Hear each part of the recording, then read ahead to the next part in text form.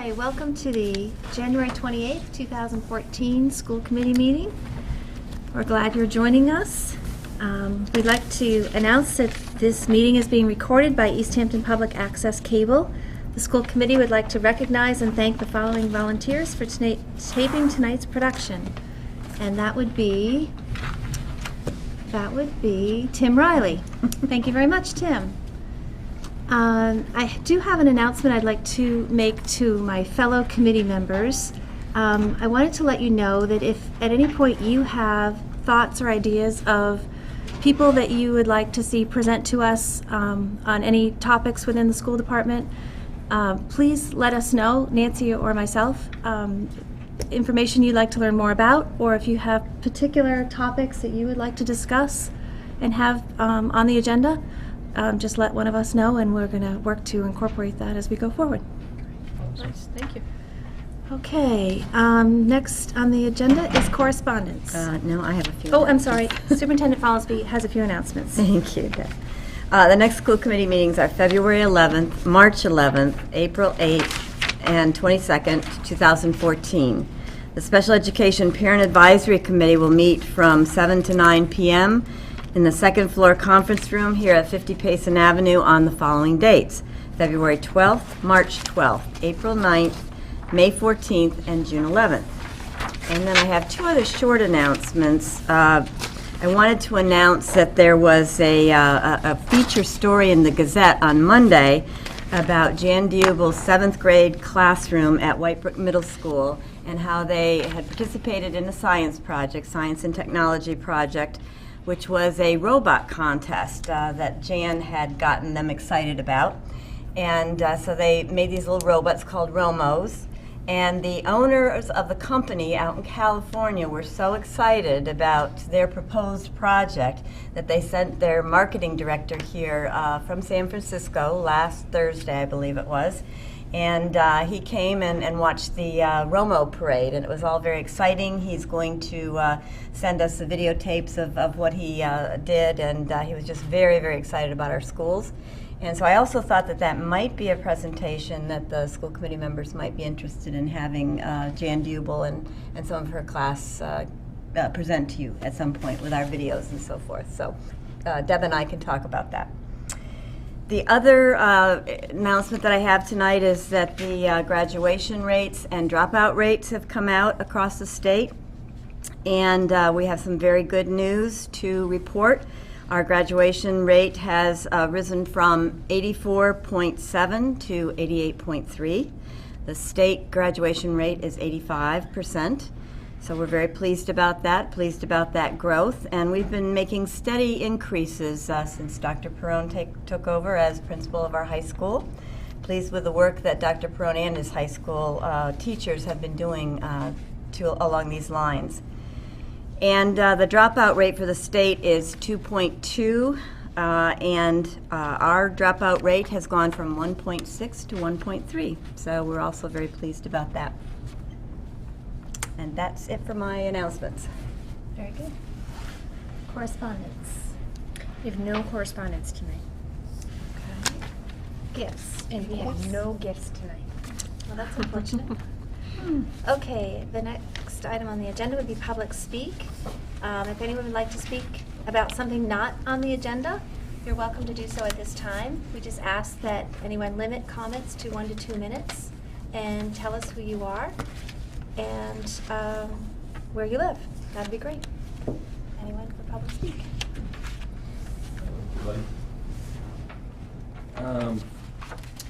So my name's Marin Goldstein here in Easthampton on Gough Street.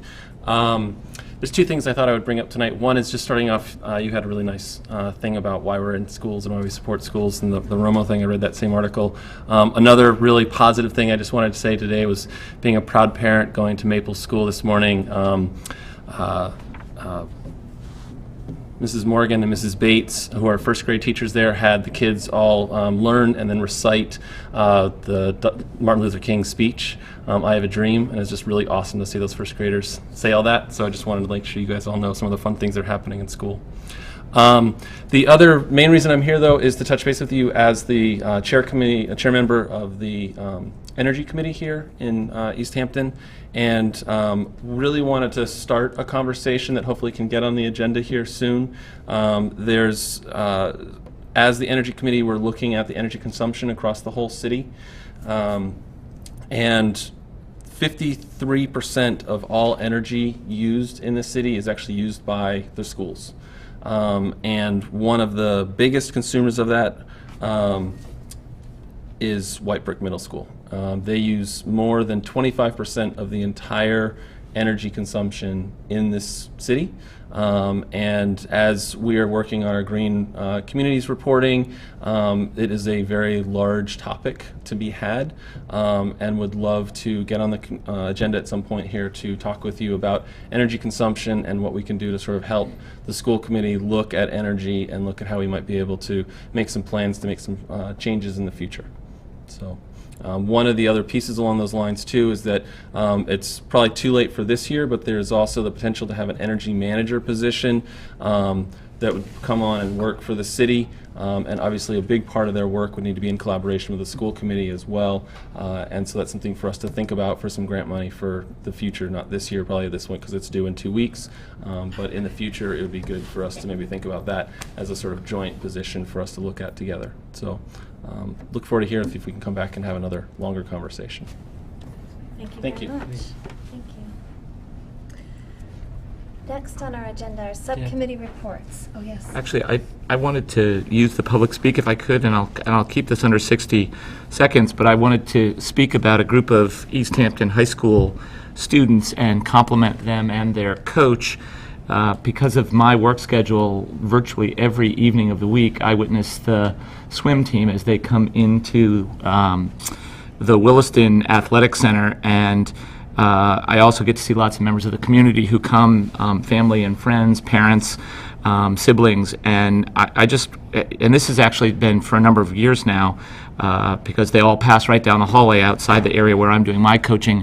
And I think that Carla Sutra and the whole group, all of the swimmers, deserve just a well done. They come in, they're unfailingly polite, they are intense competitors, but there's always a positive spirit. The enthusiasm that goes on in the pool when the Easthampton High School swim meets are going on, and even during their practices, it's palpable. You can feel it. They're often there late as the building quiets down in terms of the other uses by the students at Williston, but we often practice late, and we love sharing the facility with the swim team, and I just wanted to commend Ms. Sutra and anyone else who works with her and the captains of the team and just the whole group. I often say hi to them, but I thought it would be worth noting in public that they really are just a terrific group of young people, and it's great to see them every day. Great. We're always hearing complimentary things about our sports teams and our students. And our students. Yes. We always enjoy hearing those stories. Thank you. Okay, subcommittee reports. So the policy, well, I'll start with the policy subcommittee, sorry. So we're going to meet on February 6th at 7 p.m. to begin our discussion about the transportation policy, begin the review of it. And the finance subcommittee? We have not met, and we Have have not met? nothing to report. Okay, very good. CES update. Very exciting news. Last week, the board of the collaborative unanimously voted in a new executive director, William Deal, who I believe his previous title with the collaborative is or has been the deputy chief. The two candidates, himself and one other candidate, came in. It was really a wonderful experience to be a part of and get to witness. And I got to tell you, I think this is a really exciting time for the collaborative and for the community. And Mr. Deal's commitment to not just embrace what the collaborative has done, but to really get back to the grassroots of district members and what the district members and superintendents and the schools need, while they maintain innovation and breadth out across the state, was really impressive to me, and I'm excited, and I'm so thankful to Lori for letting me take this opportunity to represent the school committee. I meant to write you a note last week and say thank you. I really I got a kick out of it. I'm enjoying it. And Mr. Deal does have everyone's respect. He's worked at the Collaborative for quite a number of years, and everyone was just thrilled that he was appointed to this position. We look forward to working with him. Very good. Okay, our student representative, Jordan Burt, isn't with us this evening, so we'll skip over the student activities update. But Lori? Could I take this moment to, and I can plug a couple things? Sure. For student activities. Sure. So, and because I'm guessing we didn't say it already, but the Drama Club is putting on the Little Shop of Horrors beginning Thursday night, Thursday, Friday, Saturday, and Sunday. And tickets can be purchased by calling 413-433-6234. You can go on the website to get that. And then because that's going on, we also know we have a big basketball game going on Thursday night with the boys against Hampshire, and then there's also the girls against Frontier on Friday. So we have a very busy school this coming week. So, but kind of the drama club and basketball. So get to the school for something. I know Thank Dr. Perone sent a message out about parking. Right. Expect a heavy load in the parking lot so that there's other lots that can be used by Williston, the Galbraith Fields, and also Payson. 50 Payson. Okay, so be prepared. Yeah. Thank you. Thank you. Okay, Superintendent Follansbee, you have a report for us? Yes, I just wanted to draw your attention to the guidance newsletter that was included in your packet. Guidance is ever increasing their efforts to promote what is available to our students and for their parents in terms of guidance about college and career. So I think this is a nice step in that direction, this newsletter that went out to students and to their parents. And you can see for yourself the many different opportunities parents and students have to engage with our guidance staff in planning our students' futures. And that's another thing going on tomorrow night, because there's one for the juniors. So an That's activity right. within the guidance counselors are putting on tomorrow. So Going to be a busy week. yes. All right. And next, I've asked Ruth Ever, who is our new Easthampton Coalition Coordinator, for the Drug-Free Communities grant that we got, a federal grant. I've told you about this in other meetings, but Ruth is now officially on board, and so she's going to do a little presentation to us tonight to help us understand what the focus of the grant is and what her position is and what our goals are for the future.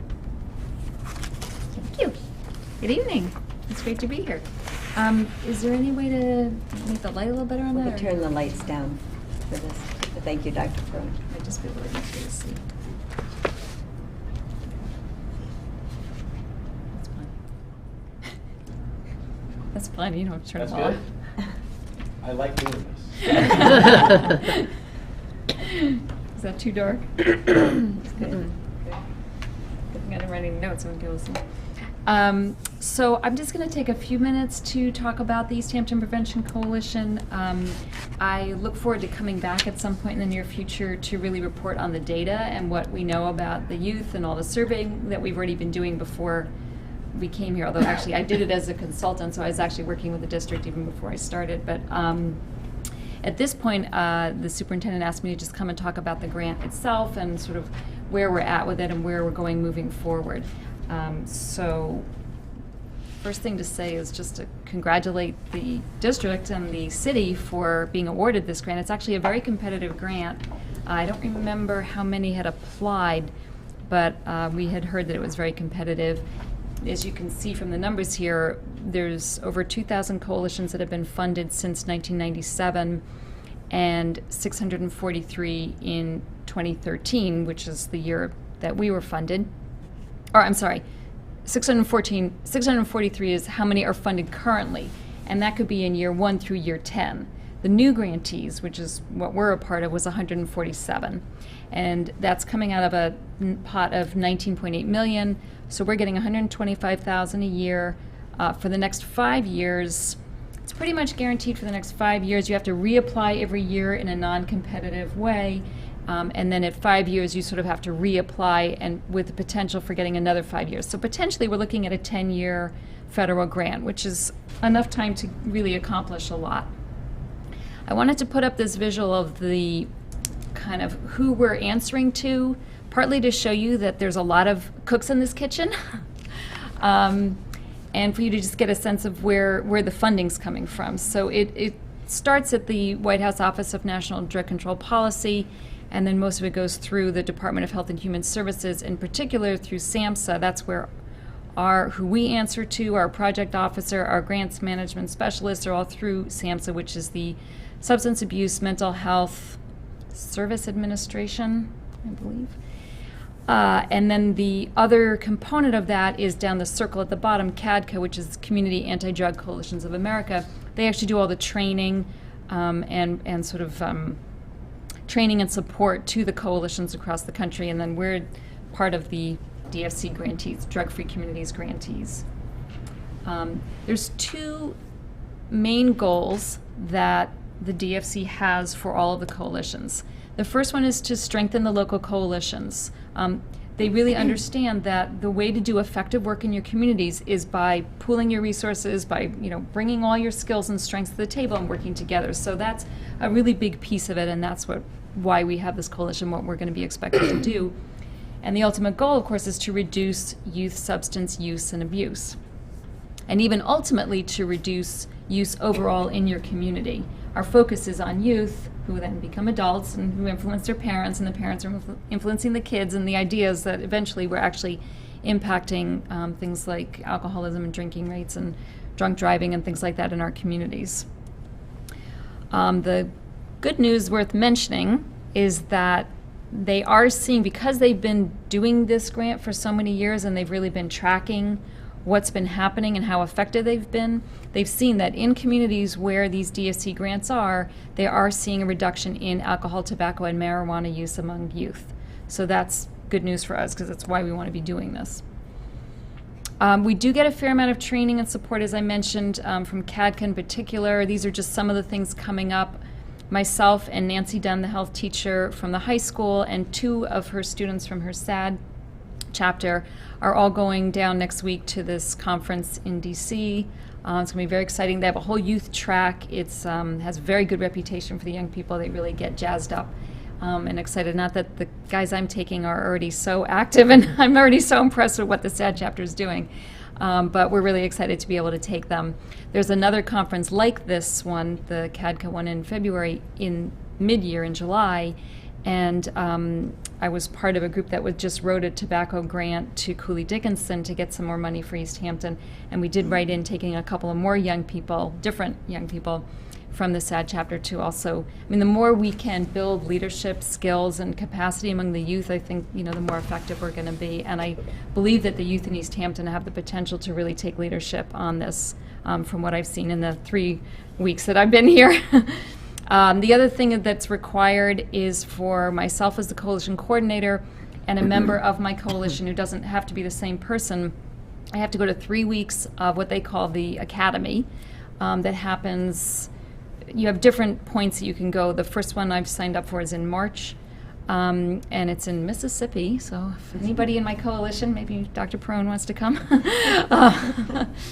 It's 3 weeks of training in everything. It's kind of soup to nuts of, running coalitions and doing effective work and evaluation and assessment and all of that. And it's required, whether or not I need it or I want to go. It's part of the grant. So we'll hopefully have it be useful, and we'll be able to find some coalition members who can take a week off from work and go as well. Just a quick overview. This, I don't obviously only got a few minutes tonight, but I think it's important for everybody involved in supporting this to understand that what's expected of us from DFC, Drug-Free Communities, and the federal folks that are supporting this is having us take, for the most part, an environmental approach to what we do. And what I put up here on this visual, on the left side, the 4 circles, shows the sort of the coalition members, basically. We've got family, school, healthcare providers, faith community, the different sort of players at the table. And their goal, and often, among other things, is to impact on youth more at an individual level. They're doing the socializing, the instruction, the guidance, the counseling. On the right-hand side is really what the coalition is expected to do, and it's not that there isn't overlap between the two, but the function of the coalition overall is to look at things like availability of substances, of drugs and alcohol. What are the regulations in place? What are, how can we impact on that? What are the norms? What are the cultural and community norms right now around use? Do young people think that nobody cares if they smoke? Do their parents provide alcohol for them? Are they getting messages like we don't want kids drinking and driving in our town, that kind of thing? And is another way of looking at this is kind of looking at levels of intervention. And the bottom one is, and if you look on the left-hand side where you have largest impact, smallest impact, there's kind of a way that when you're working at an environmental or what they call universal approach, you have the largest impact, you kind of basically get your biggest bang for your buck. And that's what the feds want to see us doing most of our work at. That's things like looking at tobacco policies, taxes, social norms, marketing, all the posters that we had going the last couple of years about the majority of parents, have dinner with their kids and support the, sort of the norms that we're trying to promote, the healthy behaviors.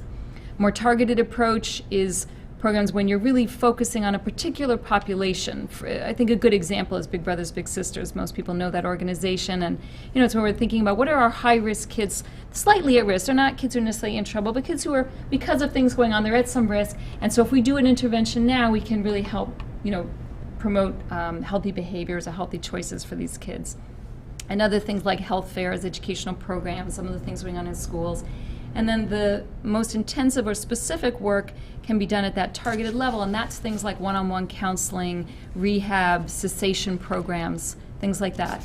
And you can see by the dollar sign, sort of, you get your biggest bang for your buck with the universal approaches, and they're all necessary. It's not that one is more important than the other, it's just where we need to focus most of our attention.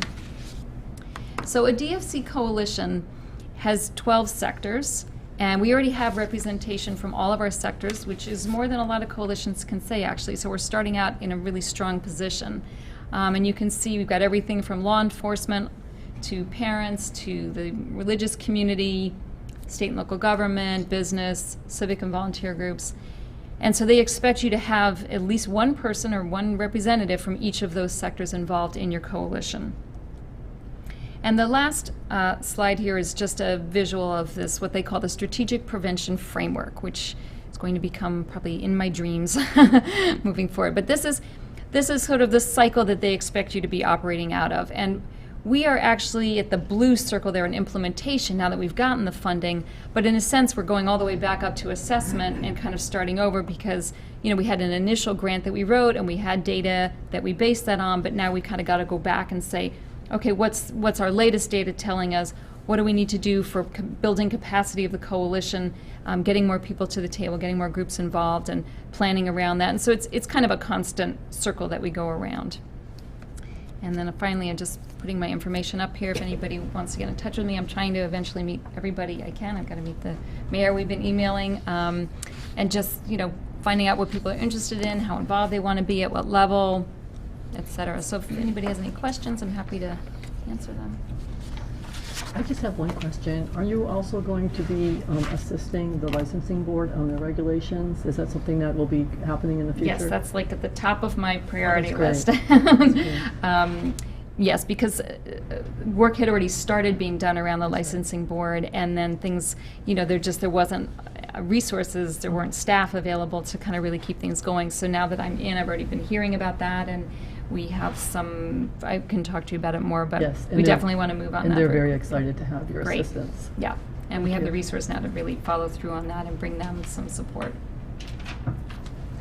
Nancy, is this what you had gone to Yes. training Yes. for? Yes, Right, and maybe you could forgot speak a that. little bit about that, Ruth, why we Right, had to go so- to Washington. And I was Right. just thinking, as you put the PowerPoint up there, we did have a picture taken of both of us Yeah, because in it front of was with the presidential seal, because it was sponsored by, an office of the executive office. But I didn't give that to Ruth, so it's not up there. But Right, you I might want to forgot about talk that. about that a little bit, Right, and so also there was about the two boys who are going to go Sure. to the conference with you, because I think it's good to give them some credit. Absolutely.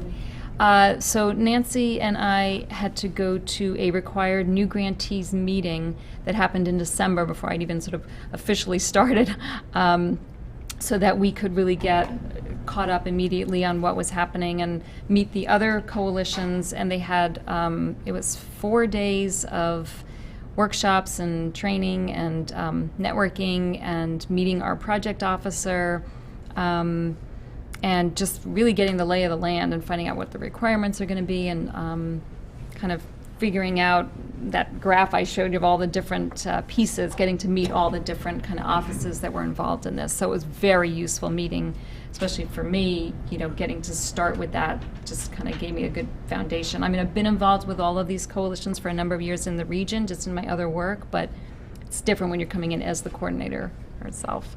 The 2 students that we're taking to the CADCA conference next week, it's Brian Delaney and Jacob Leprade, and they're very active members of the SAD chapter. I'm sure they've probably been to the school committee and presented here, is my guess. They've been very active, which is why I think Ms. Dunn, chose them to come, because they really earned the privilege of getting to go to an exciting conference. They're going to be meeting students from all over the country, getting great ideas. I imagine they're going to come back really even more energized than they already are, hopefully with a lot of new ideas, and be able to share that. And my expectation is really provide some mentoring and leadership to the other students around, here's the ideas I got, here's what I learned, and here's how I can teach it to you guys so that you can step into leadership. And luckily they're juniors, they've still got another year, which is great. If other students get to go to the summer program, I would hope they would be like freshmen or sophomores, rising sophomores, let's say, or juniors, so that they can really, kind of lend their expertise and leadership that they'll come back with for a couple more years. So that should be good. Any other questions? Just a couple quick questions, and neither of which you might be able to answer right now, but if you just bringing information back, I'm wondering, you listed off a nice graph that had 12 different players or categories of players, and I'd be curious to know who those people are, who those entities are, and what's the interface like. I mean, what's the role, the supportive role it's not a very large community, so I'd love to hear more in the future as to how we play back and forth with those entities and how they support the program. You might want to add to that, but the task force, the Easthampton Prevention Task Force, had been active for many years before this grant came in, so there were already a lot of people at the table, being involved. Community members, there's parents, there's some clergy, there's police officer, right, the school resource officer, some of the Rotary Club, places like that, some of that Ms. Dunn, the health teacher, people like that. So they've been active to some extent, and they actually accomplished a fair amount considering they had basically no staff to really make it happen or kind of funding much to do it. So the folks who had been involved and had been excited about applying for this grant signed an initial kind of MOU saying, yes, my agency is committed, we support this happening. At this point, we're kind of going back to everybody and saying, okay, is that person still, a couple of people have left their position since then. I mean, we applied last March, so not everybody's even there anymore. So I've pretty much been in touch, or I'm getting in touch with everybody, every kind of sector who had signed on initially, and that's kind of our starting point. But then from them, we had a sort of smaller meeting last week. We had about a dozen people. It wasn't widely advertised because we set it up before I had even started, so we didn't want to get too ahead of ourselves since I'd barely had time to sort of prepare for it. But at that meeting, we started to brainstorm, well, who else isn't here, and who else do you think would be interested in this, and who else do we want to get to the table? So now I have another list. So I'm pretty much trying to make personal contact with everybody as one point of kind of contact. And then my hope is that the other coalition members will either go with me or make their own contact. In fact, a number of people at the meeting were like, oh, I'll talk to so-and-so and see if, he or she's interested in getting involved or at what capacity. The intention is probably not to have, large coalition meetings every month with 20 or 30 people. You can't really get a whole lot done. But really start to break down into task forces and say, well, where are the... and we haven't exactly decided. It'll probably be some kind of parent education work group or laws and regulations and norms, things like that, and maybe a youth advocacy kind of group, which I hope will just turn into our SAD chapter. And then people can plug into different ways where they want to be involved and meet in smaller groups more regularly. and kind of get things done that way. And ultimately, I would hope that everybody in the community would be aware of this coalition, would know about it, at least through the social norms marketing, through those posters and things like that, so that, because our target audience is youth, but it's also their parents. So that's a lot of people in the community. Does that answer your question? It does. Do you want to add anything? Just that we had worked collaboratively with the collaborative in Northampton for a number of years through Spiffy, and so this kind of takes the place of what we were doing with Spiffy, but then grows it to a stronger coalition. So we're very excited about it, but some of the same people who were with us back then are with us now, and we just have many more possibilities now. That's so, outstanding. yeah. And from I guess maybe a little bit separate from school committee, but someone just as a community member, I would love to know who like the businesses and organizations are so that we can support those places. Absolutely. No, it's a great point. And as we move forward, we will certainly think about ways to do that. And my part two of my question, and I don't expect an answer on this because this is partly just me being new to the school committee and fairly new to the area still, is just wondering if at some points, and I don't have time benchmarks in my mind as I ask this question, but at some point having some information given to us about what kind of data we've started with, like where we've come and where we're going, and kind of what benchmarks are we using. Absolutely. You know, I'm, like I started out saying, I'm excited to come back, I hope in the near future. I've got a packet about this thick of data from what we call the PNAS survey that was done in the spring of last year. That has been analyzed or been, kind of culled through, but has not been really kind of sifted, what they call drill down, So I'm in between trying to do all this paperwork and get caught up with, so what I have to do here, I want to be able to really look at that and start to pull out, well, what's going to be useful for people to know, what is this data telling us about what the needs are in the community, so that we can really focus our work. And I expect I'll be coming to the school committee and presenting that at some point when I feel like I can talk intelligently about it. And anybody else is welcome to come and look at that data or meet with me and talk about it. I mean, it's not like, it's the city's data, it's just that most people don't have time to sit and it's there's a lot of it, which is great. I mean, it's great to have that level of data, and we'll be doing more surveying this year, not that kind of surveying. We'll probably do a parent survey. We'll probably do some focus groups with youth, because, when you do a paper survey, you get some data, but then when you want to bring it to life, you want to find out, well, where are the kids really getting their alcohol? What does it mean that they're getting it from someone over 21? And so then when in a focus group, you can really kind of, bring it to life, and then hopefully be more effective in how you then kind of move forward in your approaches. For the school committee members who've been here for a few years, I think you probably remember Heather Warner coming and doing a presentation to us on that PNAS data, the former data, and a little bit on this last survey as well. Great. Yeah, it's really just an update of what Heather had been doing. I mean, because she probably had up to 2011 data, and now we have 2013 data. So it's just saying, okay, well, how have things changed, and what do we know now? We can certainly do another presentation on that. Thank you, Ruth. Any other questions for Ruth? Thank you, Ruth. I'm sure we'll be inviting you back again. Happy to be here. Thank you very much. Do you still have Return. an update on the grant, or is that That was the covered? That's update. covered. That Okay. was the update. Okay. So, under matters for action, we have the minutes from the January 14th meeting. Motion to accept the minutes from the January 14th, 2014 school committee meeting. Second. All those in favor? Aye. Opposed? Abstain. Warrants and payroll. Got it, ready to go. Okay. I move to approve the accounts payable authorization for payment dated January 9th, 2014 in the amount of $285,217.66. Second. All those in favor? Aye. Opposed? I move to approve the school payroll dated January 23rd, 2014 in the amount of $467,124.41. Second. All those in favor? Aye. Opposed? Okay.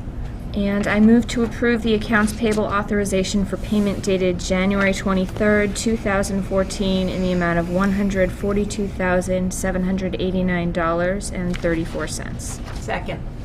All those in favor?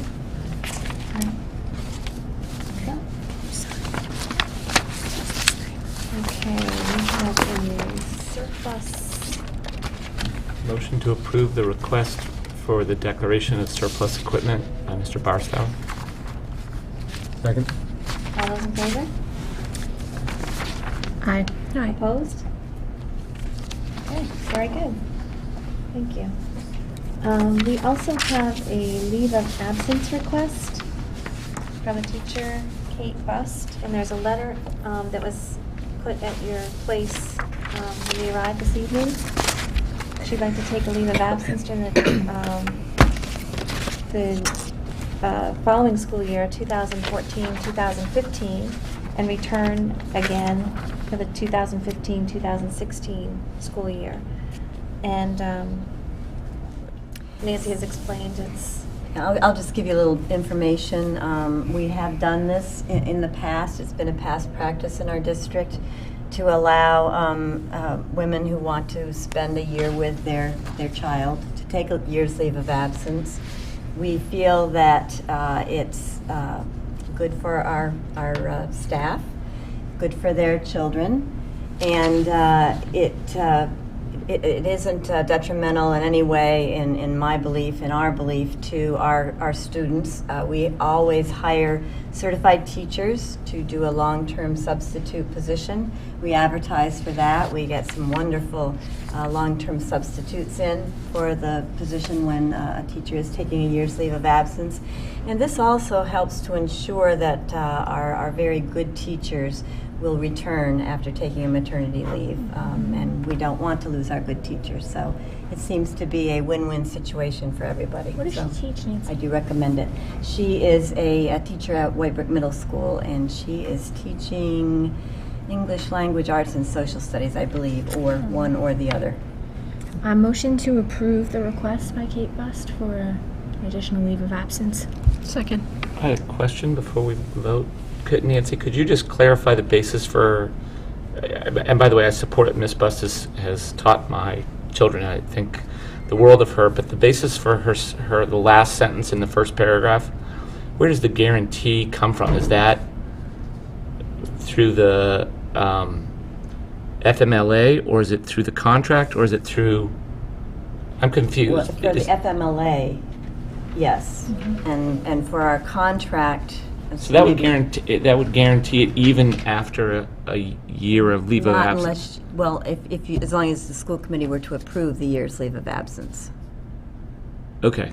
Under that, if the school committee approves it, Right. Right. she will have a job. She may not necessarily come back to the position that she currently holds, but she will have a position Right. that she's certified for.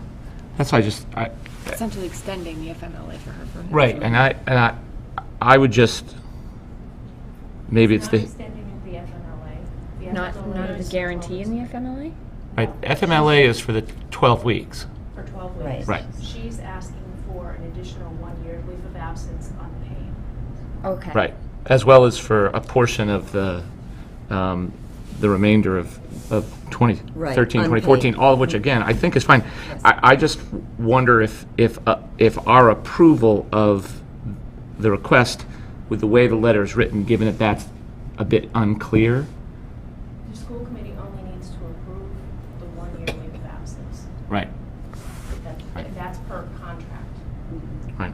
And then the contract. So it's a states that they conditional, are- it's a are conditional guaranteed sentence, right? It right. really is, I understand that if the school committee approves, that I would be guaranteed a job, but that the position might be anything. That's right. Right, so it's a That's right. conditional. That's right. My concern is Your only that approval. that someone reading this as part of our school committee minutes might say, what does that mean? Mm-hmm. Because that's an uncommon experience in most workplaces.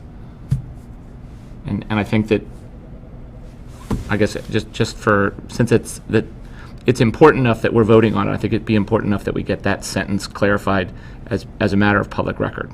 So I understand that if approved, Yeah. Right. if the request is approved. then Exactly. She's guaranteed. Right, the and it time. doesn't say that if it's approved, right, that conditional phrase isn't anywhere in the paragraph, and that's all that I just wanted to That's be right. sure. I Because the think- first time I read it, I thought, is that because of the contract that the guarantee exists, or is it because of an understanding of FMLA? And I didn't think either of those was true. I thought it was contingent. I just wanted to have that confirmed. Yeah, it So- is contingent on the approval, and I Yep. think what she was trying to say is that she's really focusing on the fact that she knows she's not guaranteed to have the same position Exactly, that right. she has. Again, I support the spirit of what we're doing. I wouldn't want someone else to read this somewhere down the line and misunderstand that it's a conditional, Right. not a flat-out guarantee. Absolutely. So at this point, could we just request that the letter be revised slightly? I and believe Laura's The motion motion was was to approve specific. the Yeah. 1-year leave The of re- the absence leave. unpaid. Okay, not the letter. So we don't need to make No, you that don't. change for the record. Okay. I think as long as we have the statement in the minutes of our Okay. meeting, then that's good. We've clarified the letter's meaning, and that's fine. Thank you. So there's a motion and a second. Any other discussion? All those in favor? Aye. Very good. Can we ask that she maybe sends us a picture? Because this is coming up February 2nd. You can't make that conditional? I live vicariously. Yes, certainly. Congratulations, Kate. This approval is conditional upon. On the picture. Look at On her the picture. pictures. We'll have to start doing that. We have many young teachers who go out on maternity leave. A picture with a story of like the night you were up until 4 in the morning. So- To remind you that you don't wanna do it again? Exactly. They go hand in hand. Okay, next on the agenda is the topic of the MSB Statement of Interest. Would you like me to clarify this That would be piece? great. So, at the last meeting, after a good discussion, we did take a vote and on submitting a statement of interest. As I said at the meeting, wasn't anticipating that we were going to vote at that meeting and had not gotten all of the vote materials together. And when I went back into the system, the MSBA system, to look at everything that we have to do, there is a certain form, which I did recall once I had seen it, about how the vote needs to happen for us and for the school committee and for the city council. So we have to do the vote for each statement of interest in the format that they're requesting, so that it's in our minutes, and then we attest to that when we submit our statements of interest. So Deb is going to read off the format for each of the schools, because as I let you know, we are able to put a statement of interest in for each school. So we'll put a statement of interest in for all 4 schools. One is a repair project for Whitebrook, and the others are new buildings for the other elementary schools, or a new building. Okay, so I'll read the official statement that we need to approve.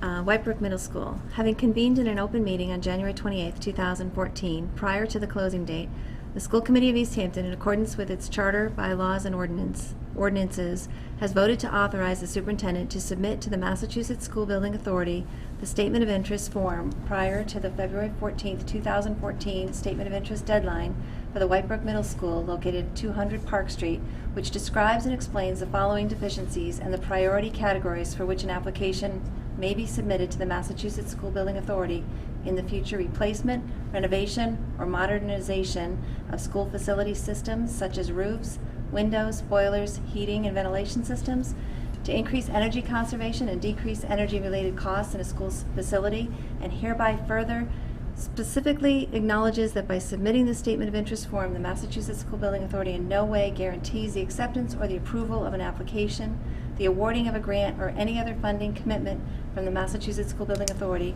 or commits the city, town, regional school district to filing an application for funding with the Massachusetts School Building Authority.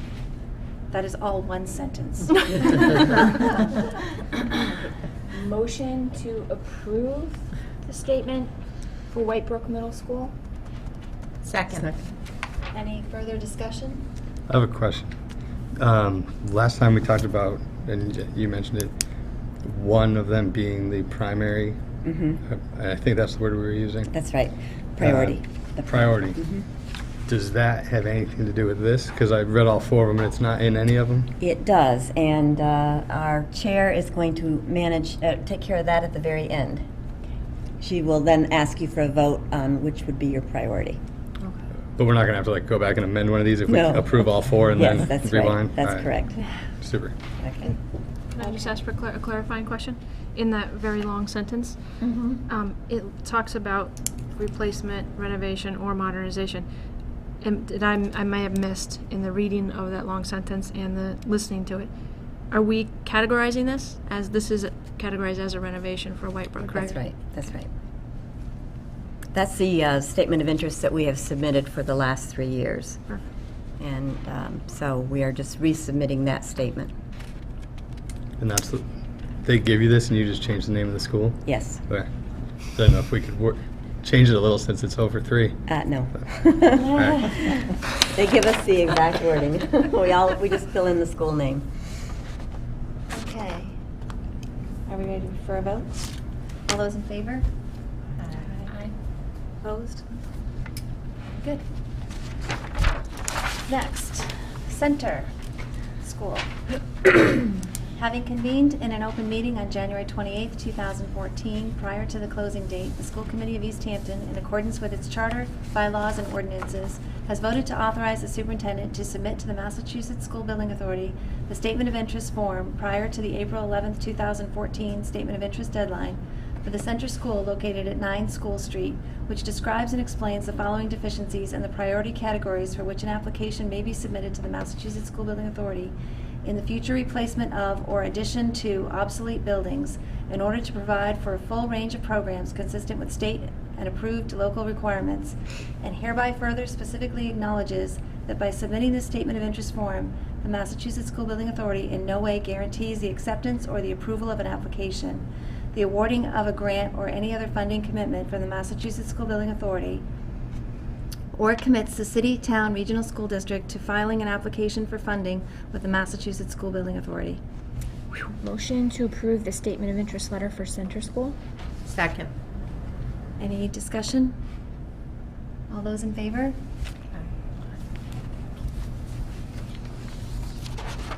Okay.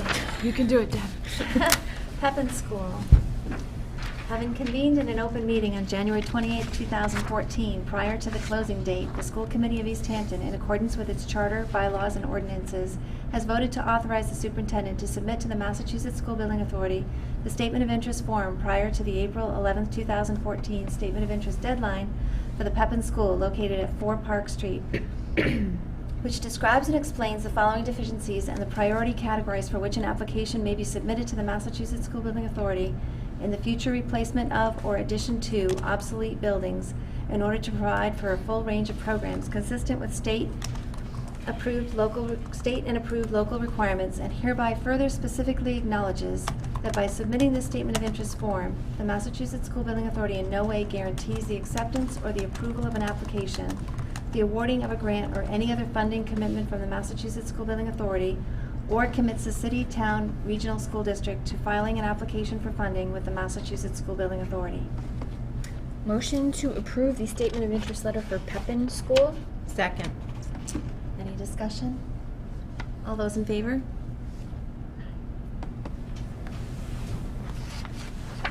You could have totally slipped something in that last one. Okay, Maple School.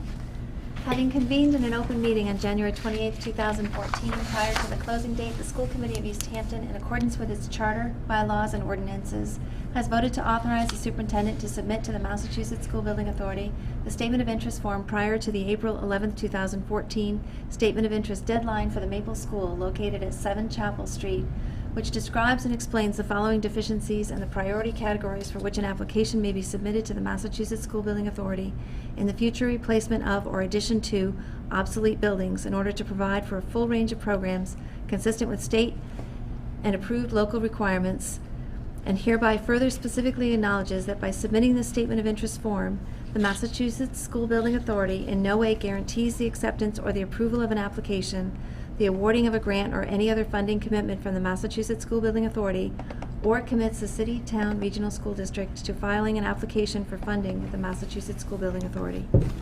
Motion to approve the statement of interest letter for Maple School. Second. Any discussion? Can I just say that this is like a big deal? I'm really excited, and we're gonna look back on this a few Historic years moment. from now as like this was the first step. I think it's exciting. It is exciting, the Second possibilities. Okay, all those in favor? Big Yahoo. Yes. Good mojo. We're Thank sending you. it along. All set? Do we need to do an additional thing to prioritize it? Yes, we do. Yes, so the next step is to determine what our, which of our statement of interests will be our priority. We submit as our number one priority. And we did vote on that last time, but we need to do that again. Last.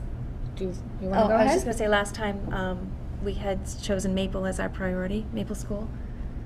Motion to denote Maple School as our statement of interest priority. Second. Any further discussion? All those in favor? That felt even better. I know. It did. Okay. I'm writing down Maple as the priority. Thank you very much. Very exciting. Very exciting. It is As the exciting. next step, Nancy will be she's on the agenda for the next city council meeting. And so she will be. Which is Wednesday, next Wednesday. Next Wednesday. If anyone wants to attend and Yes, I'm going with my Nancy. mojo. I'm Be gonna there. bring some sage. It's gonna be good. That would be wonderful if anyone wants to attend in support of our effort. So so what are you going there for? Just to I- tell them that you're doing this? No, we have to have their vote of approval as well. And it all has to be in alignment, correct? They have to do those four and then prioritize it the way we just I'm not did? sure that they have to prioritize. I think they just have to vote on the four statements of interest. And it really isn't about money at all. These statement of interest votes aren't encumbering any kind of money for the city. So it really is just the first step that we have to take in order for me to even submit Right. a statement of interest to the MSBA. And it's the my building understanding to be authority. clear to the people who are watching that we don't have any other we can't take it upon ourselves to just tear something down and reconstruct. This is the only option to renovate, improve. That's right. You have to have the school building authority come out once you've submitted a statement of interest, and they won't come out to a district until you've submitted a statement of interest. And then they'll come out and they will look at all of the schools that you've submitted a statement for, the ones that they have deemed eligible to bring into the process of just having them come out and look at them. So there's a whole process that follows this initial submission of a statement of interest. So this is the first step. Can I just ask one clarifying for myself and for the millions of viewers at home? Mayor Karen, so next city council is Wednesday. That's February 5th for those watching at home. What time is it? 6 o'clock. Have they seen this yet this year? Because one of these deadlines is coming up. Yes, and I actually have talked with Joe McCoy about the one that's coming up as a deadline, because he asked me whether they would have time to send it to a subcommittee, and I said certainly the statement of interest for Whitebrook they would not, but it's the same statement of interest that they've approved for the last 3 years. So I'm hopeful that they will go ahead and approve that. I think he certainly is in support of that. And then if they wish to take more time to consider the others, they certainly could do that, because we have an April deadline for those. But I do assume that they don't have an enormous amount of time because I would think it's a more extensive application. It's when you haven't prepared it is, previously. yes. Okay. However, I will go ahead and start working on it, you know, but I can't submit it until I have approval from everyone. So. Okay, very good. Next on our agenda is the school calendar for the 2014-2015 year. And do you have any comments that you want to make? Well, just to let you know what the process is, we draft the calendar and leadership team with the other administrators in the district, and then we send it to the Easthampton Education Association, our union, and our union members get to have a look at it. They provide feedback to us, and we did actually make one change in parent conference days based on a request that they made to us, but beyond that, they were happy with the calendar the way we drafted it. I have a question. This is something that I've discussed with other parents, since my kids started in school. What is our line of thinking about starting just after Labor Day weekend as opposed to starting just before? We have contract language right now that dictates when we can start school. So it's not an option for us. That's right. Given That's the right. current contracts. Just to clarify. Though I would say that I think that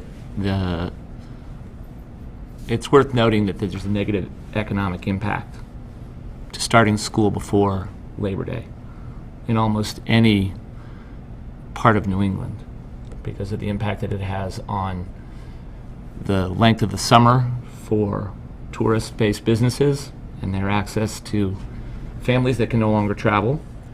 It slices a week off of their season, and it also reduces the number of employees they have because they go back to school. So the movement of the start of school prior to Labor Day has had a significant economic, it's actually kind of, seems like a small point, but if you think of someone whose season basically is the summer, Right. to slice a week out of that is, in some cases, as much as 10% of their annual income potential. And the inability of school systems to figure out other ways to manage the school year without having to start before Labor Day is something that, just in my own experience, I wish we would encourage, more schools to consider sticking past that date. But And Peter, I think one of the reasons that schools do start before Labor Day is because we can't predict how many snow days we'll have, and the longer we go into June, the less productive time we have for instruction. All of the testing that we have to do with our students for the state occurs in the spring, so if we don't have our days ahead of time, there's an impact. But mostly, particularly in our schools that aren't air conditioned, luckily our high school is air conditioned, so it really isn't an issue so much anymore. But in our air-conditioned schools, as you remember, and Peter, I think you went out and had to get fans one year for one of our elementary schools.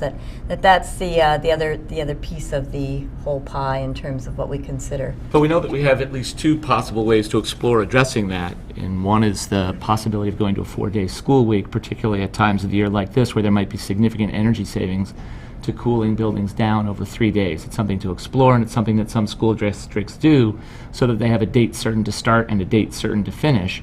A 4-day school week allows you in any week where you have a snow day to open on the other day, and therefore you don't extend the end of the year.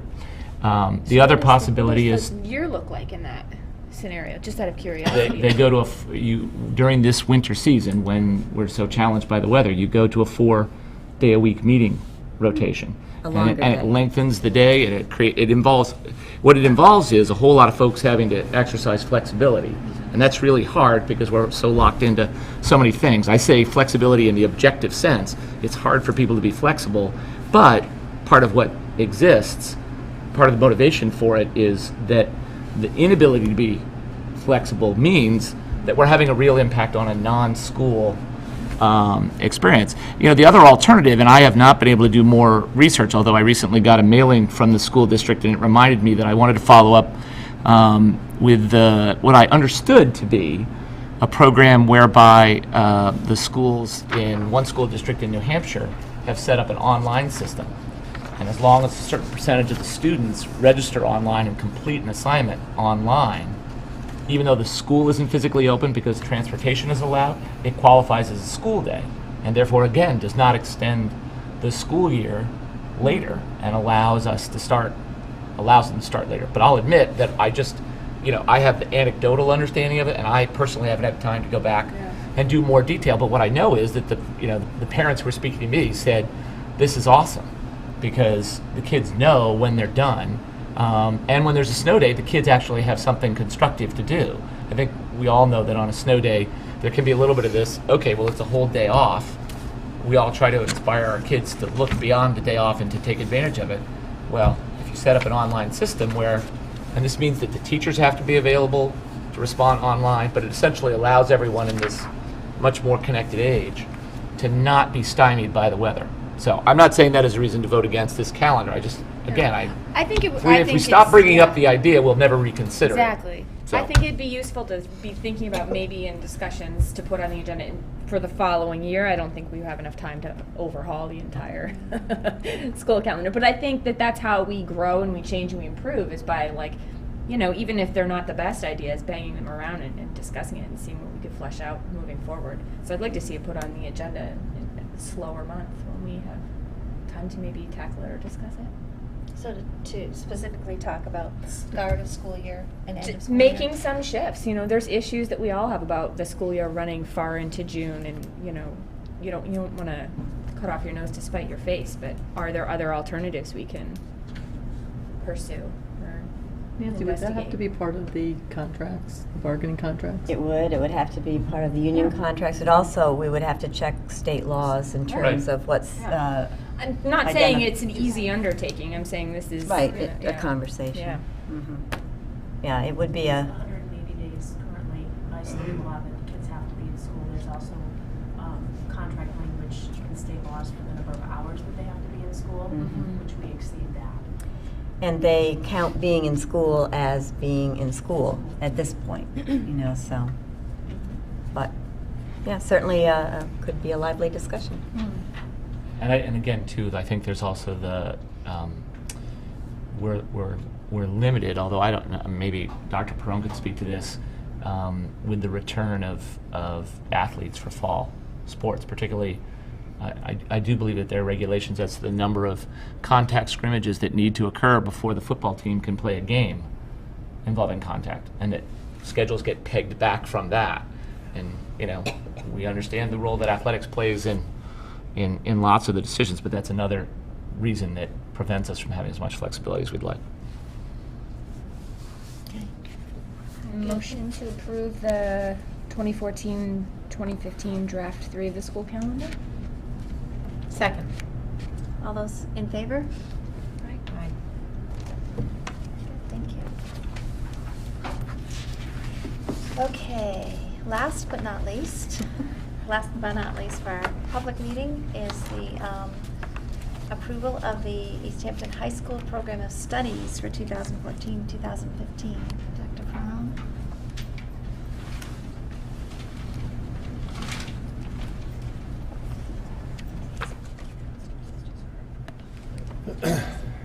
I didn't prepare a presentation. I shared this with the superintendent last Thursday, so you had ample time to take a look at it. There were no substantive changes as opposed to the year before when we had 27 new classes.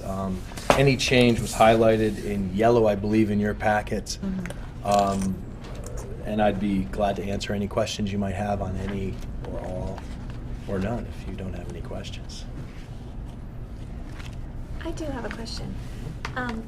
I noticed we added an AP Computer Science class. I knew that was going to trick people. It's really not an ad. If you look on the page before, Yeah. there's AP Computer Science on page 57. Right. And that class has been in our program of studies for a number of years. But the discussion around the AP classes in the block schedule with AP tests is the duration. And so the teacher has had a pre-AP class and an AP class, which the same cohort of kids, when they took it, stayed through the whole year. So she felt like we're having a full year class anyways, let's just have the AP for the full year. And so that's really not a new class. That's why I didn't put the little eagle. You know, some of the new classes have the eagle on it. Okay. That's not new. It's just she wanted the full duration. Can I ask, is it possible at some point in the future just to get there must be somewhere, just you must need it anyway, some sort of document that lists the enrollment of the different classes, just to kind of gauge what the popularity of the classes? Yeah, I mean, we could. I mean, guidance must generate that anyway, I would think. I would just be curious to see it. We have, with Power School, we can generate any kind of reports. Yeah, so you want to look at classes for popularity? Just the general enrollment. I'm curious Oh, to general see enrollment which, numbers, okay. Yeah. Definitely. Can you just, I'm sorry, I just was curious about, I was trying to figure out sheltered content instruction. ELL? Right, or ESL, I thought it was listed with, and Yeah. I wanted to be sure that I understood, not, English language learners, Right. ELL, Page is that? right, education. on page 21, the very top. Yep. WIDA, which is new, Yeah, that's what I was wondering. yeah, is Okay. world-class instructional design and assessment. Yeah. And in WIDA, there are some new terminologies. I'm not saying that sheltered instruction is new, but it's just there's some new things that that are new to the Massachusetts and new to the school district. So the things that are highlighted in this section by our English language learner teacher, Ms. Rebecca Madeira, are all in response to those new regulations that have come out of WIDA and DESE. So when you look at the page 21, based on student needs, sheltered content instruction may be delivered by an ESL teacher Right. with an appropriate content area license. That means we would maybe pull a student out and they would meet with Ms. Madeira. Right. There's a The language is tricky because it's really more individualized instruction than sheltered content. Right? Sheltered content just raises the you know, the sense that there's something that the student needs to be Kept from. kept from, and that's not what I No. understand it to mean. So. No. And the trend, if you will, is towards more inclusionary, where we're taking students and we're putting them in the class with maybe two teachers, an English teacher and an ELL teacher in support, or if it's an IEP student, a math teacher with a math IEP or a special ed teacher in support.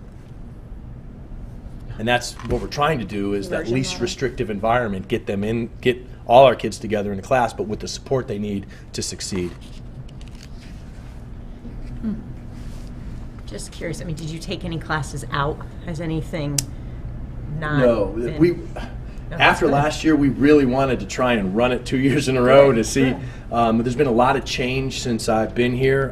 Part of that was kind of some marching orders with, we want to really increase rigor. We got the grant for the MIMSI, and so we've really made some changes in a positive direction. But with the new school, I mean, we changed a lot of courses last year, and we really wanted to stick with what we've done, give it some time to run, and let the students, as you kind of alluded to, vote for what they want to take and what's going to be popular, what's going to stay. Because the program of studies in Power School anyways has hundreds of courses that have gone the way of the dinosaur, and we're trying to, you know, revitalize it. And so I think we did last year. Now we want to see where we can go with the teachers that we've hired in the new building. And there's so many tracks, it seems like, that it wouldn't benefit anybody to remove it after, to monkey with it too much in a year or two, because That's you need right. to see how they succeed when they follow that. I thought it was impressive. Thank you. As a lot, the teachers at the high school, the faculty do a great job kind of working. Well, there's a lot of things out there that's new with the Common Core state standards and everything that's coming out that we have to respond to. But I think the new school has given us an opportunity in this platform to really take off and offer things that we before could not offer our students. Did we increase the number significantly of like AP or honors classes with the new building? Because I'm just curious how that might offset the GPA. Like, we look at the GPAs and success rates of the students every year. The new building wasn't a function of more AP classes. The MIMSI grant that 5 years ago Yes. we started That's right. was really the impetus behind the increase. So what we'll see is just them in that environment, rather than there being a lot of interference because of the scaling of difficulty of courses. We'll really just be seeing how they're succeeding in that building. And we've almost reached a maximum of the number of classes AP that we can run. And so we're looking at, and the conversation has been, especially in math and science, if we have AP statistics and AP calc, maybe it's going to be in every other year that we run those, or AP biology, AP chem, AP environmental science.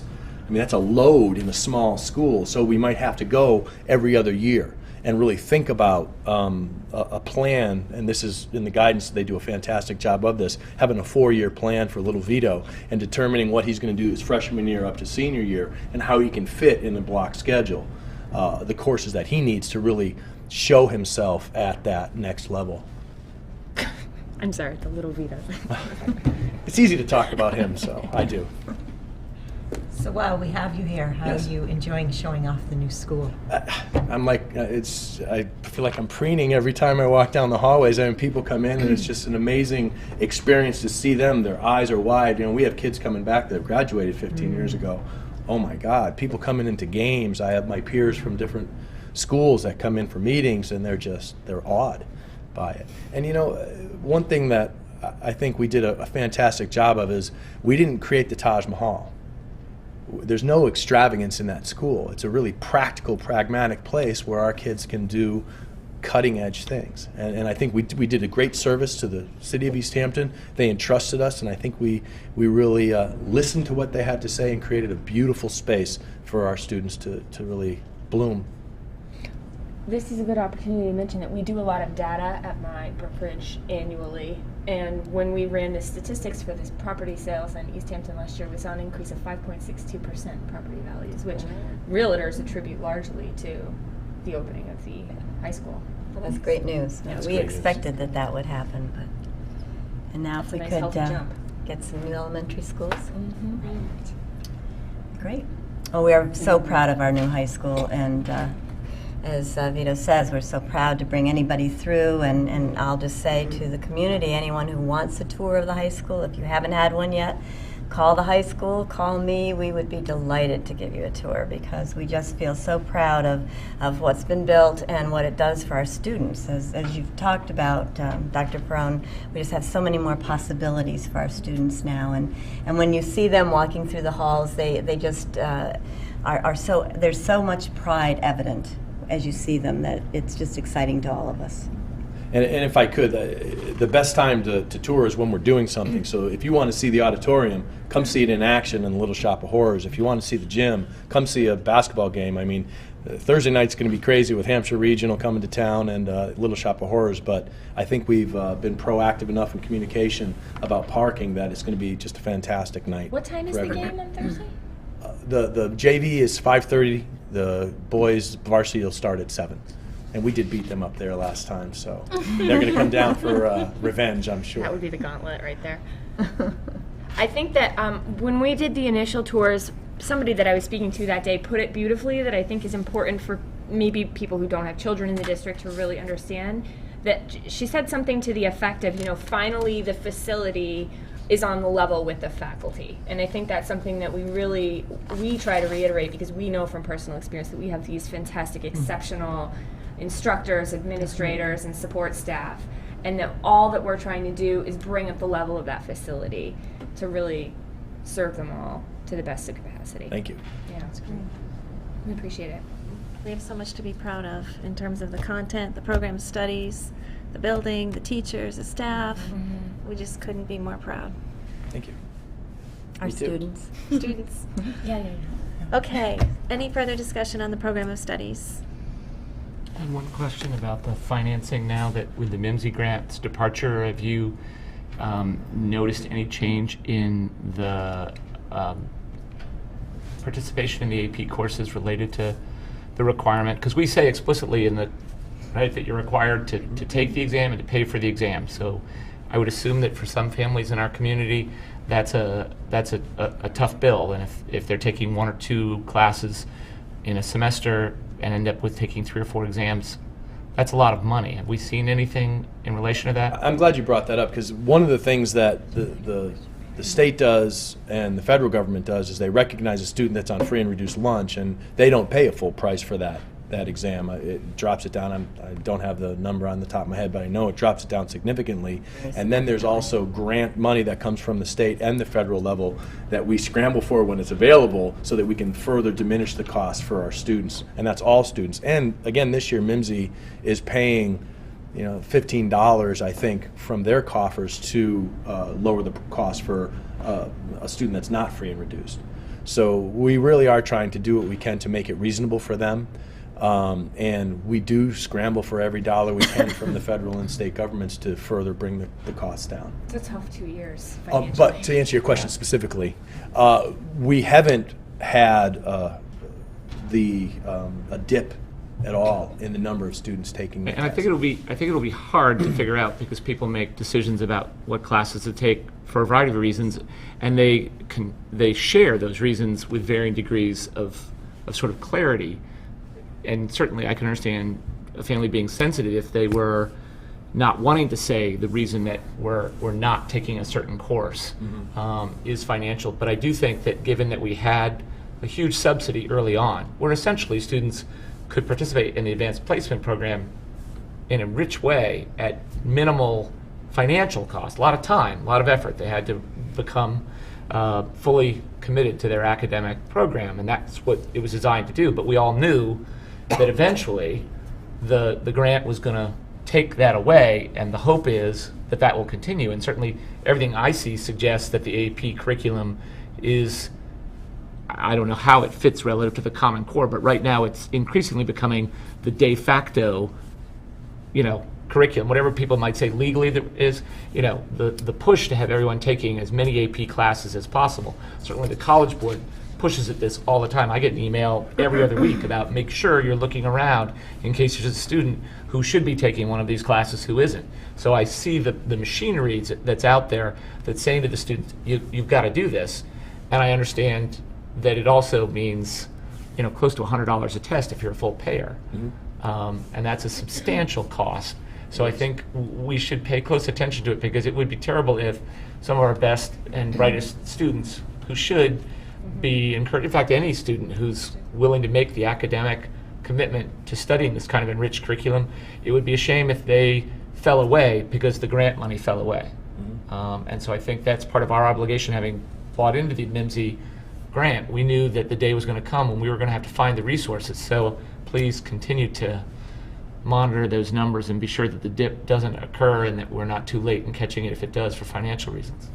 I will, and thank you. One thing I would like to mention is the superintendent and I are looking to the future, have had some meetings in the community and trying to raise some money to continue those aspects of the grant that were most successful. The training of teachers, sending them away for trainings, and the study sessions that students have available to them on Saturdays. So we send them to a study session. They get together with 3, 4, 5 schools from around the area, eat pizza, have fun, and then really focus on calculus. I don't know how fun that is. Yeah, I mean, it's really important, and I applaud the efforts that you're making, and I'm glad to hear that so far the resources have been found so that continues. Thank you. Are most of the students that take our AP courses, or any of the courses in the AP program, are they self-referred or? Well, self-referred. I think a lot of families do ask about it. Since the grant has started, we've done a lot of outreach. We have in the summer. Well, let me think. In the spring, we have an open house that brings people in to see the second semester, but in preparation for registration, we're going to talk about the AP classes. So we bring the 8th graders up, they see the school, they get a tour, we bring parents in and we talk about the program of studies and the availability of AP classes. Now there's families that kind of demand their students to really strive and achieve those, but that's not every family. And so what we try to do is make sure that the information is out there for everybody to make an informed decision. We also have, and this is another part of the grant, is that we have our 10th and 11th graders take the PSAT. So the PSAT has an AP preparedness factor, so that we can look at students, and again we'll look at little Vito, and his numbers show, hey, he's got a good propensity maybe for the English classes. You really should think about AP Lit. So we look at that data there. So that's another way we do try and encourage students to take that. Also, through the scheduling process, as a student is getting ready to register for classes for the next term, the next year, the current teacher in math, for example, would sign off on which class the student should take next. Yeah, so that if it should be oversight is honors or important. AP or academic, the the current teacher in that subject area signs off on what they think would be best for that student. That's right. So we look at parents for their input. We look at teachers for their input. We also, what we're trying to do, and the guidance department has done a fantastic job, Mrs. Savaro and Mr. McGuire, of really empowering students. So starting with freshman year, you're going to look at your transcript and see these are the classes you've taken this freshman year and passed. And here's the program of studies. Now let's look to the future. What classes are you going to take next year? And in your 4-year plan, what are you going to take in the year after and the year after that? So we're really trying to get the students engaged and empowered in the process. For those that go on to college, I think that was a huge part, and I know that among my peers at the time when I went to college, it was an enormous hurdle to overcome. If you had no familiarity with that in high school, you're really left holding the bag. Not that all of them are moving on to a 4-year school, but it's a nice skill to have. And I do want to bring up another point about college-type classes, is we do have dual enrollment also with the schools in the area. So in fact, I was in the library today and I had 2 students sitting down taking classes at STIC. So it's a college class, just like an AP class is considered, but they're doing it while they're in high school and they're getting credit for it. So we really try to steer students, look at the toolbox. This is what we have in it. Grab what's best for you in your place in your transcript or in your course of study so far. So, we really try to put it all out there. It's not just about the College Board and AP. We really try to push dual enrollment also. What sort of options do we have for students who might, because it seems like moving forward in the way technology is moving, that a lot of students might have an interest in vocations, but that to study those exclusively might leave them at some disadvantage, so they might want to be pursuing largely academics, but with some focus on vocation. What do we offer for students in town that have that interest? Well, there's 2 offerings. One that keeps them in Easthampton High School for their academic. It's CTEC, which is a Lower Pioneer collaborative, that those students go to CTEC, which is West Springfield, for half the day, and then they stay at our school for half the day. And they have like the traditional vocational. And they have the traditional tracks. Now, the tracks that are at CTEC, if the track is at CTEC, we partner with them, so that's where we want our kids to go. But if there's a track a student wants that isn't at CTEC, they can go to Smith Vocational, which is a more traditional, I think. I knew a lot of people of my generation that went to Smith Voc when they were growing up, and that was the only option in Easthampton. We offer some preference to CTEC though, so they go there first. Yes. I'm just curious what That's why is our that? school of preference. Okay. Well, I mean, I'm just curious, because I've never heard of it. They're still with me. They're still our kids. That's why we like You that. know, They have their so that- academics with us and Oh, still have the I see what vocational you're saying. So rather experience. than them being sent all full Their day school choice to- out when they go to Smith Vocational. They're no longer, I thought you were saying they experiencing could our just school. go to Smith for those vocational classes, but Oh, you're no, saying no. they would be They're- transferring they are- there as full. yes. Full day, I see. full year. So just sorry. Go ahead. Well, I'm still following the money. Go there too. Because I was going there too. with the increase of the PSAT now for sophomores, 5 years ago sophomores were occasionally encouraged to do it, Yep. but now it's Well, as a 10, 11. function of the grant. right. But it has become, again, it's one of these things that it's increasingly becoming the norm. Now, Do you mean in Easthampton or? I mean just globally. Like, Globally, we're going to yeah. get, even when the grant goes away, we're going to be facing this. It's about $15 for the test right now. Did we bear all of that, or does that go to the? We bear that. We do. Right. So, and that's a direct payment to the College Board, and just you can take the number of students in the country, multiply whatever that number is by 2, right? Because they've just doubled their income flow off the PSAT test, and I know that, sort of like arguing against MCAS. What's one little community going to do? I think there are a portion of students for whom taking it as a sophomore and getting that heads up on that information makes sense, but it also, again, is going to become, so there's 120 sophomores, right? So all of a sudden, we'll be putting out, I don't know what the math is in my head, 120 times 12, so $1,500 a year. So, $1,500 to $2,000 a year. It's probably a minor cost, but a series of minor costs. 15 kids taking an AP class. Everywhere, yeah. Well, but we're not on that's where we face kind of a moral or social obligation about helping fund it for them.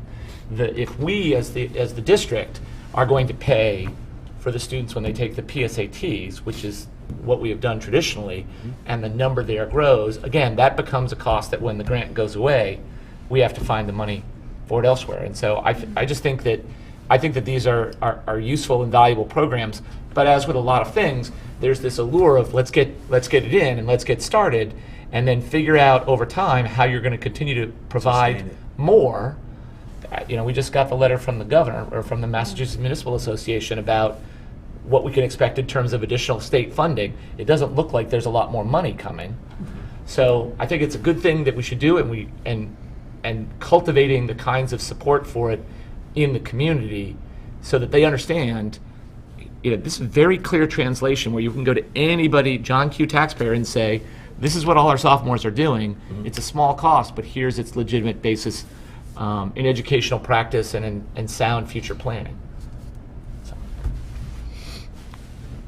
Just a newbie question. When does the MIMSI grant, when's the sunset on that? We're in our last year of Or it. last year?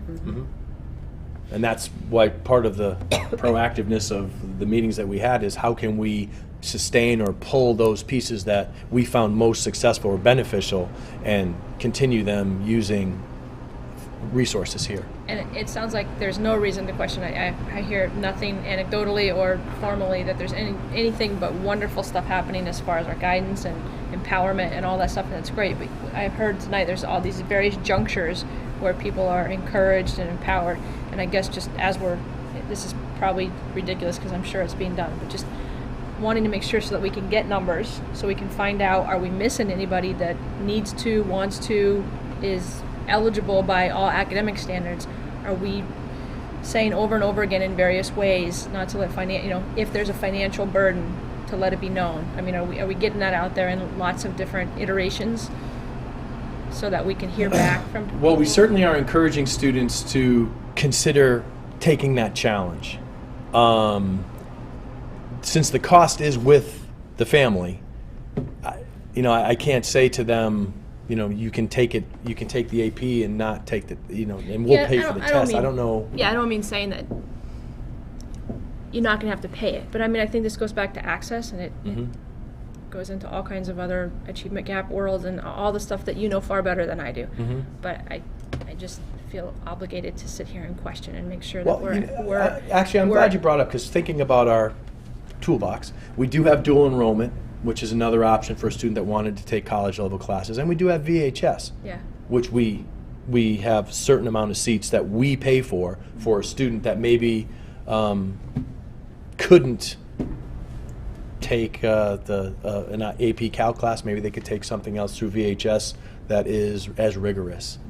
I don't know what that would be with AP Calc, for that matter, but we're trying to put more tools in the toolbox for our kids. And provide a variety of avenues and support our students to meet their needs, whatever they may be. We do actively look to do that and provide, as Vito's talking about, a number of different avenues for that. Not that we can't always do more. Yeah, I think Absolutely. I think maybe we're coming from the same place. The spirit that I'd like to achieve would be one of cost is not an issue. All our students are afforded the same opportunities. They don't have to choose option B because option A costs too much. Certainly we can't, do that in every, but I think that's what we're striving for, And maybe even on a more front end level of that is that cost may be an issue, but we want to know about it. We need to know about it in order to be able to do something about it. Right, absolutely. I think our guidance staff do an excellent job of. They really do, and just thinking about this community and everything I've witnessed since I've been here of how generous this community is, I'm sure that we could find a way. Sponsors, scholarships, things like that. I'm sure we could do it. The ELF grant. Maybe we write an ELF grant.